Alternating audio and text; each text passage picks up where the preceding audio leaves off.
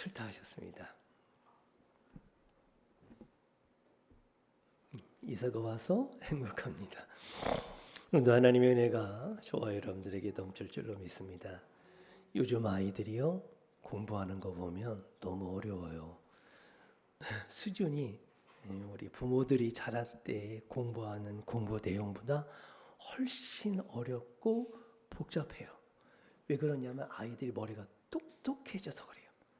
변별력을 내야 되는데 너무 다 알아맞히니까 점점 어려운 문제를 내다 보니 아마 그렇게 된 것 같아요. 요즘 아이들은요, 부모 세대보다 훨씬 똑똑하고 머리가 발달되어 있어요.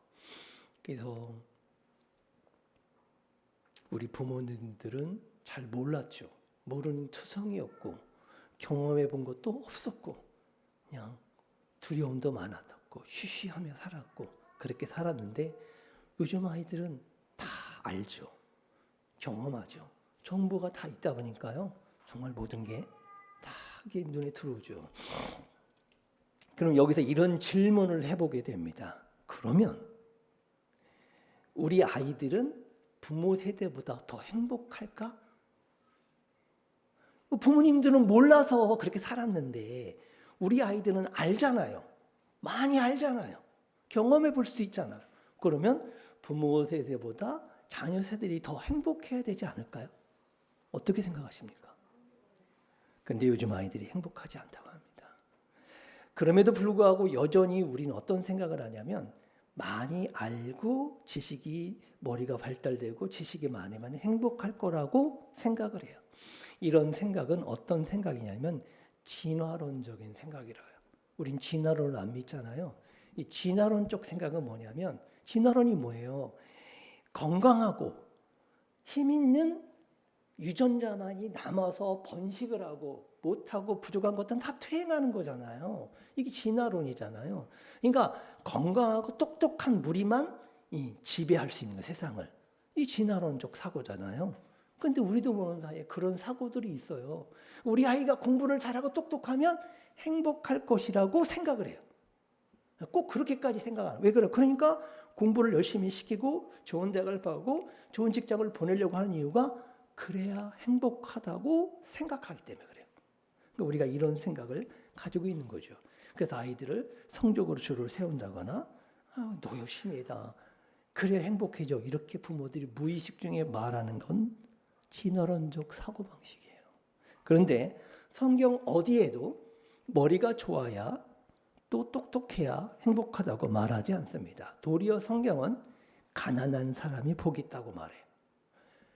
불쌍하고 궁일이 부족한 사람이 오히려 약자가 더 행복하고 복되다.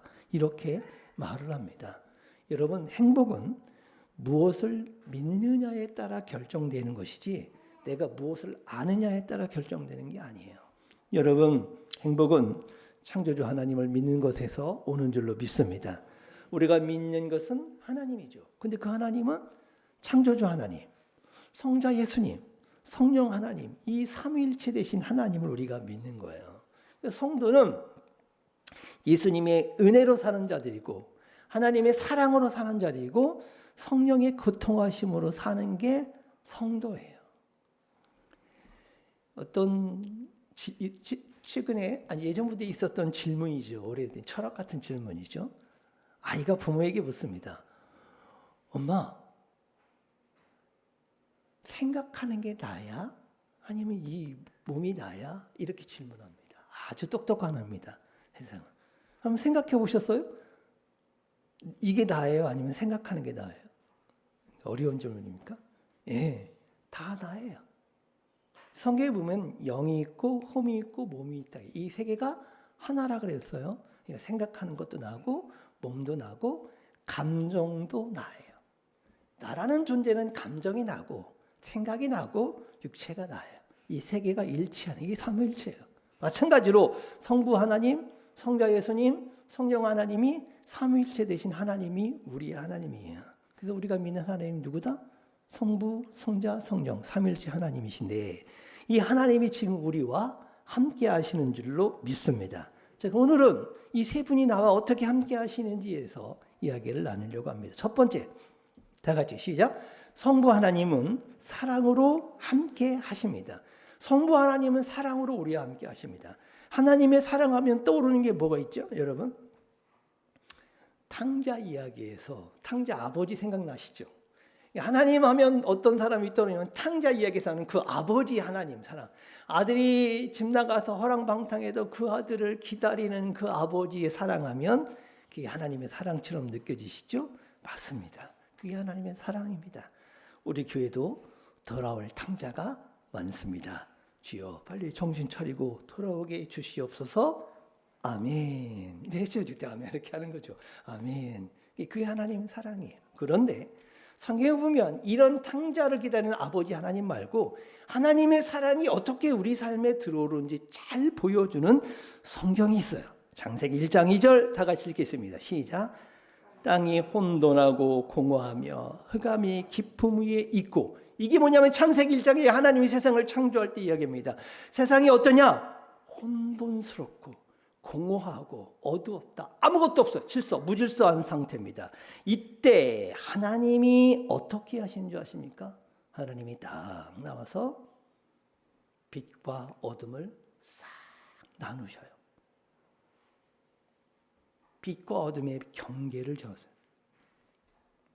선을 그으신 거, 선을 딱 그으신 다음에 이것을 어둠이라 하고 이것을 빛이라 하라, 이렇게 말합니다. 그 다음에 하늘과 땅으로 경계선을 딱 큰 선을 그어요. 그 여기를 하늘이라 그러고 여기를 땅이라 그래라. 또 이 땅에는 선을 딱 그어가지고 요거를 흙이라고 하고 여기를 바다라고 해라. 아침과 밤과 저녁에 선을 딱 나누고 요걸 밤이라고 하고 요걸 낮이라고 해라. 뭐 하시는 거예요? 선 그으셔요. 선을 이렇게 그으셔요. 하나님의 사랑은 혼란스럽고 혼돈스럽고 어두운 상황에 오셔서 선을 그어주시는 거예요. 그리고 이렇게 나눠주시는 게 하나님의 사랑입니다. 어리석은 부모는 자식에게 선을 그어주지 않습니다. 자식이 식당에서 막 뛰고 돌아다녀요. 그런데 부모가 타치하지 않습니다. 그리고 너 왜 다른 사람이 뛰지 마라고 얘기하면 왜 우리 아이 기죽이냐고 그냥 내버려 두라고 말합니다. 이게 뭐예요? 자기는 그게 자식을 향한 사랑이라고 생각하는 거야. 근데 여러분, 이게 사랑이에요? 사랑이 아니잖아요. 그러면 자식을 사랑하는 부모는 어떻게 해요? 선을 그어줘야죠. 해야 할 것과 하지 말아야 될 것에 선을 다 그어주는 거야. 얘야, 식당에서는 뛰면 안 된다. 대신에 놀이터에서 마음껏 뛰어도 된다. 선을 그어줘야 되는 거죠. 이게 자식을 사랑하는 부모가 아니에요. 그것뿐입니까? 생각도 마찬가지입니다. 아이가 부정적으로 생각하고 막 미워하고 그러면 부모가 어떻게 해요? 그냥 내버려 두는 건 사랑이 아니에요. 어떻게 해야 돼요? 선을 그어줘야죠. 얘야, 그렇게 생각하면 너 나중에 이렇게 된다. 그렇게 생각하지 말고 이렇게 생각해야 된다라고 어떻게 선을 쏴 그어줘야지. 그게 부모의 사랑이잖아요. 그렇죠? 그러니까 하나님의 사랑은 뭐냐? 선을 그어주는 거예요. 어떤 상황에? 혼돈 속에 있을 때, 공허 속에 있을 때, 어둠 속에 있을 때 찾아오셔서 하나님은 선을 딱 그어주시는 거예요. 이 선이 그어질 때 뭐가 생기냐면 질서가 세워지는 거예요. 하나님도 마찬가지입니다. 여러분 인생을 돌아보십시오. 하나님이 여러분 삶에 지금 살아올 때 혼돈스러운 상황이 얼마나 많으셨어요. 공허할 때가 얼마나 많으셨고 이거 어떻게 해야 될지 모르는 그 어둠 속에 있을 때 얼마나 많으셨어요. 그런 삶에 하나님이 찾아오셔서 하나님의 말씀을 딱 듣고 어느 순간 어떻게 돼요? 선이 딱 그어지면서 이렇게 생각하면 안 되겠구나, 이렇게 생각해야 되겠구나 알아차리고, 이렇게 행동하면 안 되겠구나, 이렇게 해야 되겠구나라는 선이 쫙 그어진 경험이 있으시죠? 이게 하나님의 사랑이에요. 하나님의 사랑은 저기서 가만히 기다리시는 게 아니라 우리 삶에 들어오셔서 자꾸 선을 그으셔. 인간관계에 갈등이 생기면 그것 때문에 힘들어, 고통스러워, 날마다 그냥 짜증이요. 그때 하나님이 탁 들어오셔서 선을 그으십니다. 그러면 안 된다. 행동에 선을 그어주시죠. 네가 그렇게 그 사람을 미워하면 너는 결국 죽음으로 가고 어둠으로 빠지고 흑암에 빠져 너는 지옥일 것이다. 그럼 너는 이렇게 행동하고 이렇게 말하고 이렇게 행동해야 돼. 누가 가르쳐주셔? 하나님이 가르쳐줘. 선을 쫙 그어주시는 거예요. 그렇죠? 그 순간 어떻게? 질서가 확 생기죠. 여러분 안에 우울이 오고 불안이 옵니다. 그때 하나님이 우리 마음에 오셔서 어떻게 해요? 우울하고 불안한 마음에 선을 그어주시죠. 그 순간 내가 새로운 기쁨이 싹트기 시작하고 두려움으로부터 벗어날 수 있는 겁니다. 다 마찬가지입니다. 거짓과 진실 사이에 선을 그어주시고 여러분이 분노할 때 분노와 평안 사이에 선을 다 그어주시는 거예요. 그래서 어떻게 하는 거예요? 알게 하죠. 명확하게 볼 수 있게 하는 거죠. 그래서 하나님의 사랑은 여러분의 삶에 선을 그어주신 거예요. 혼란스러운 상황에 선을 그으시고 어두운 상황에 선을 딱 그어서 어떻게 해야 하는지를 가르쳐주는 것, 그게 바로 뭐예요? 하나님의 사랑이. 마음뿐만 그런 게 아닙니다. 우리 삶에도 마찬가지죠. 낮에는 일을 하고 밤에는 잠을 자야 되죠. 아무리 낮과 밤을 바꿀 수 있다 할지라도요, 우리 인간은 그렇게 살 수 없습니다. 자녀는 아침에 나가면 저녁이 되면 어떻게 돼요? 집에 들어와야지. 안 들어와도 괜찮아요? 경계선이 없어도 돼요? 들어와야지. 안 들어오면 어떻게 해요? 부모가 안 들어올 수 있지 뭘. 그렇게 말하는 건 사랑이 아니잖아요. 들어와야 된다고 가르치는 거잖아요. 그렇죠? 이게 하나님의 질서예요. 성도는 일주일 동안 세상에 살다가 이 7일째 되는 날 어디로 와요? 성전에 오잖아요. 이게 하나님이 그어놓으신 선이에요. 이게 답답하고 이게 불편할지 모르지만 하나님이 이 선을 그어놓으신 이유가 뭐예요? 그게 질서기 때문에, 그래야 평안하기 때문에 하나님이 우리 삶에 이 질서의 선을 그어주신 거예요. 그 주일이 되면 성도는 어떻게? 괴로운 거예요. 이 선을 누가 그어주셨어요?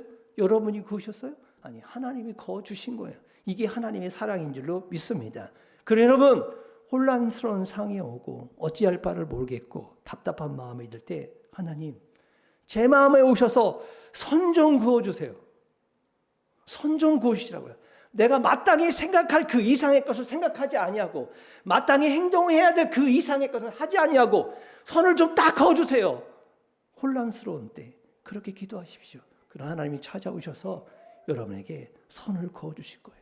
그 순간 여러분에게 질서가 회복될 줄로 믿습니다.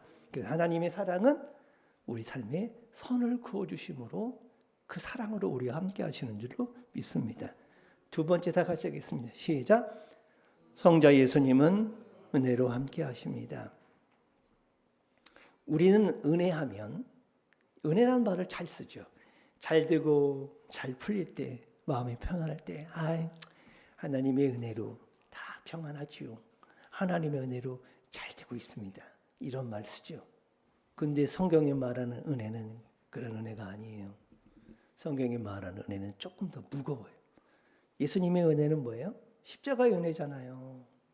십자가의 은혜가 뭐예요? 내가 죄인인데 내가 죽어야 될 것을 하나님의 아들이 이 땅에 오셔서 우리를 대신하여 십자가에 죽으신 거죠. 피 흘리고 죽으신 거잖아요.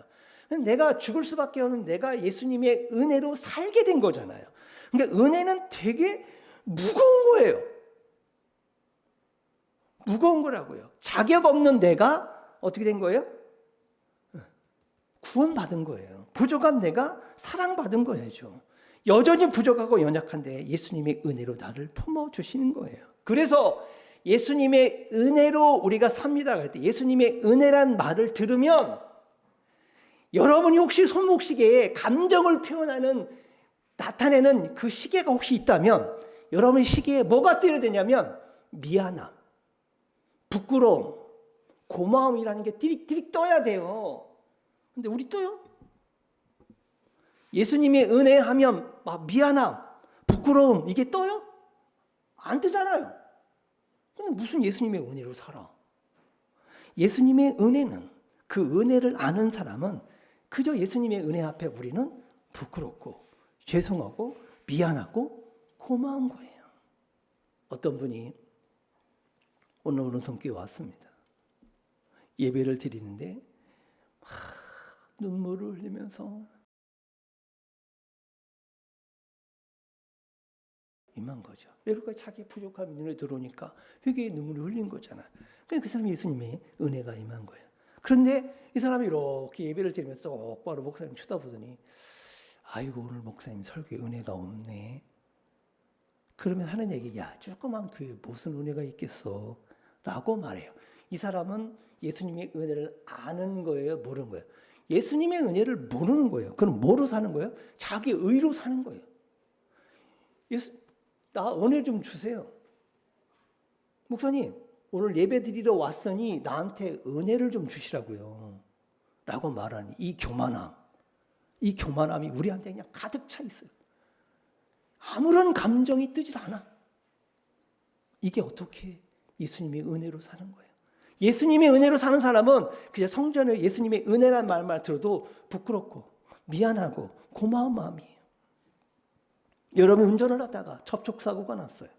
내가 실수해서 상대방의 범퍼를 툭 부딪혀서 범퍼가 기스가 났어. 아이고 어떻게 해요? 이게 큰일 났다. 이거 어떻게 다 내렸더니 그 운전사가 딱 보더니 아유 괜찮아요. 그냥 가세요.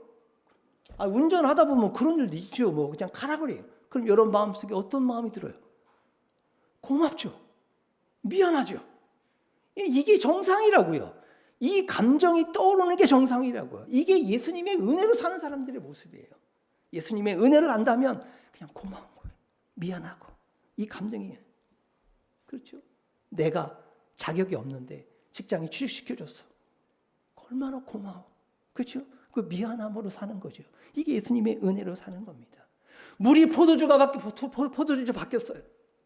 이 물이 포도주로 바뀌었다고 예수님을 만나니 우리가 예수님의 은혜 앞에 왔더니 뻔뻔한 내 얼굴이 예수님의 은혜를 생각하니 부끄러워져서 얼굴이 붉어지는 거. 그게 예수님의 은혜로 사는 거고 예수님이 제자들의 발을 씻겨줍니다. 그때 제자들이 아이고 예수님 어떻게 제 발을 씻을 수 있을까? 어떻게 몸둘 바를 몰라 하는 모습? 그게 바로 예수님의 은혜로 사는 자들의 모습이죠. 오늘 여러분 오늘 예배 자리에 나오시면서 나의 부족함 때문에 스스로 자책하고 괴로워하는 계십니까?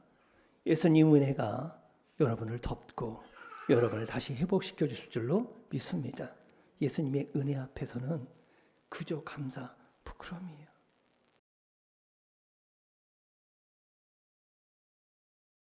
힘들더라고요. 내가 손들고 싶더라고요. 스스로의 자책 때문에 나의 부끄러움 때문에 내 스스로가 자꾸 힘들어지더라고요. 말씀을 준비하면서 힘들어지고 내가 주시고 이해해 주시고 하는 그 은혜 때문에 살아가는 거죠. 그러니 저와 여러분이 스스로의 약함 때문에 부족함 때문에 자책하고 쓰러지지 마시고 예수님의 은혜가 저와 여러분을 덮어서 다시 살려주실 줄로 믿습니다. 성도는 뭐로 사는 사람이에요? 예수님의 십자가의 은혜로 사는 자들이에요. 평생에 예수님의 은혜가 여러분과 함께할 줄로 믿습니다. 세 번째요. 다 같이 시작. 성령님은 교통하심으로 함께하십니다. 교통이라는 것은 코이노니아, 흐른다는 거예요. 나눈다. 성령님은 어떤 분이시냐? 계속 흘러.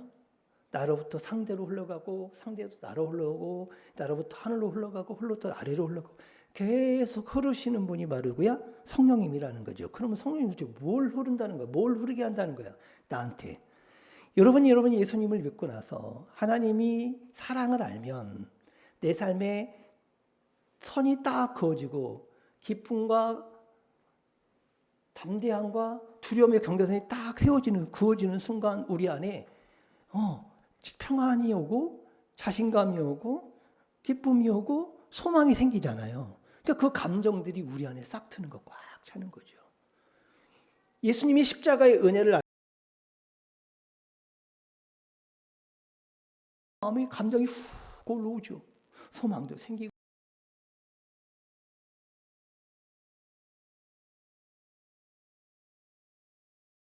거예요. 내버려 두지 아니하고 어디로? 옆으로 흘러가게 하는 거예요. 하나님부터 나한테 흘러가고 내가 이것을 어떻게 흘려보내는 거죠. 그러면 옆에 사람이 여러분 성령 충만한 가운데 있는 그 기쁨들, 소망들, 마음의 평안이 옆에 사람에게 흘러가면 그 사람이 어떻게 돼? 평안해져. 기뻐져. 그렇죠? 뭘 해서가 아니라 내 안에 가진 이 성령이 주신 이 좋은 감정들, 좋은 은혜들이 흘러가서 그런 거예요. 그 사람이 사는 거지. 근데 오늘 내가 너무 힘들고 힘들어. 그런데 그 은혜 받은 사람이 내 옆에 와서 같이 이야기하는 순간 그 은혜가 나한테 흘러와. 그러니까 내가 자유함을 얻어. 그죠? 그 누가 하시는 거예요? 성령님이 하시는 거예요. 서로 이렇게 흘려보내는 거예요. 그러면 교회 성도라는 건 뭐냐? 나 은혜 받고, 나 기뻐하고, 나 감사하고 여기서 머물러 있는 게 아니라 성령님은 그걸 바로 어떻게 흘려보내라는 거죠. 흘려보내고 또 받기도 하고 그게 바로 교회고 그게 우리죠. 그래서 여러분 위로가 필요할 때 누군가 여러분에게 올 겁니다. 그 사람에게 받은 하나님의 은혜가 여러분에게 흘러올 것이고 여러분이 성령 충만해서 마음에 기쁘고 행복하면 주변 사람들에게 흘려보내세요. 그들도 함께 살고 그게 바로 교회가 하는 일이겠죠. 그래서 여러분 성부, 성자, 성령 삼위일체 하나님이 우리와 함께 하십니다. 그래 힘들고 어려울 때마다 혼란스러우면 기도하세요. 하나님 내 삶에 오셔서 뭐 해달라고요? 뭐 구워달라고요? 선을 좀 그어주세요. 내가 명확해질 수 있도록 선을 그어주세요. 그리고 여러분이 자꾸 스스로의 부족함들 자책할 때마다 예수님 나에게 오셔서 나를 위로해 주시고 품어주세요. 그럼 그 예수님의 은혜로 다시 회복하는 거죠. 또한 성령의 좋은 마음들 주시는 은혜들을 내가 흘려보내고 또 받기도 하고 그래서 하나의 공동체를 이루어가는 게 그게 성도고 교회겠죠. 그런 은혜로 살아가는 우리 은원성교회 성도들 다 되시기를 주님의 이름으로 축복합니다. 아멘.